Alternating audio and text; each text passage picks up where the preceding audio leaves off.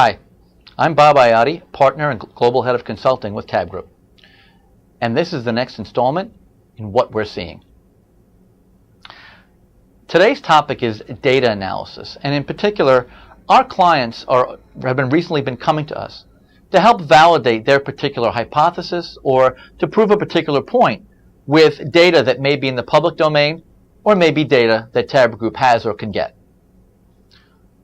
The central point of this is data analysis, and we're going to look at several different types that we've seen come in recently. One element is share volume, looking at share volume in a given market or by a certain broker or by a certain segment of brokers, top tier versus second tier, for instance. And it also goes beyond the publicly available share volume data and often looks at the kind of data that we collect when we do our interviews. Second, but related type of data volume, share volume, is data around dark pools or alternative systems. What kind of share do the alternatives in the dark pools have of the overall market?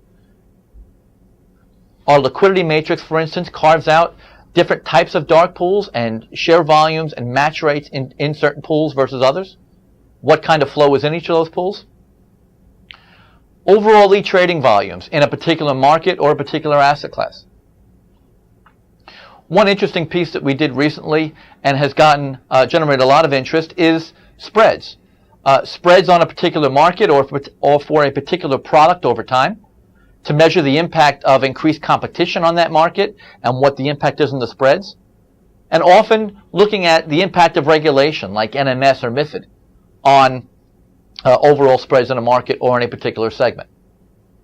Lastly, we've also taken a look at commissions. Commissions by channel, such as algorithms or crossing networks, or by geographic market in Europe, say, or in the US, and what the impact is and how those changes in commissions affect your business.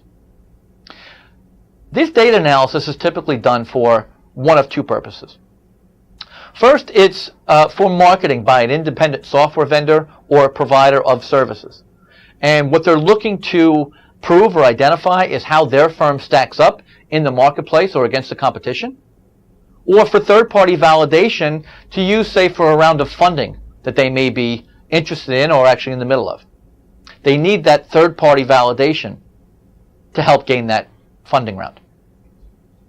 Second purpose of this is for comparison shopping.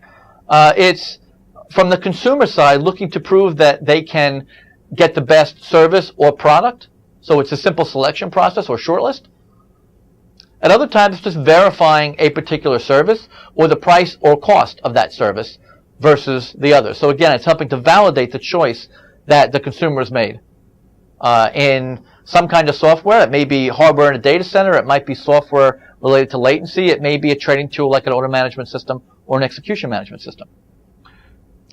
Regardless of the specifics, this drive illustrates a key element in the current market, and that's the overriding uncertainty that we still have in this marketplace, driven by a tentative economy and a regulatory environment that remains in doubt.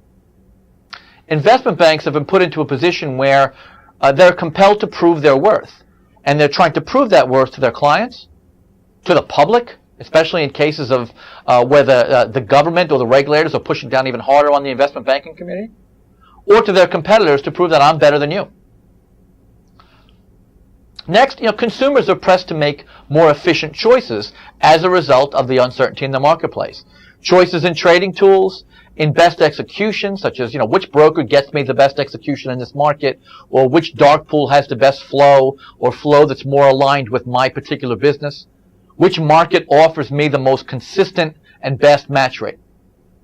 All of these have come to fore in this still uncertain market, and it represents the kind of things that we've seen in recent months. The work is interesting, but in the end is a crucial challenge, I think, to anyone looking for this kind of data. It's acquiring a neutral and unbiased data segment that can help them prove what they're looking to. And what it really proves, again, is the markets continue to be uncertain, and we've seen a continued flow in that market, which we expect to continue at the existing rate, at least for the foreseeable future. I'm Bob Iotti, and this is What We're Seeing. The crappy end.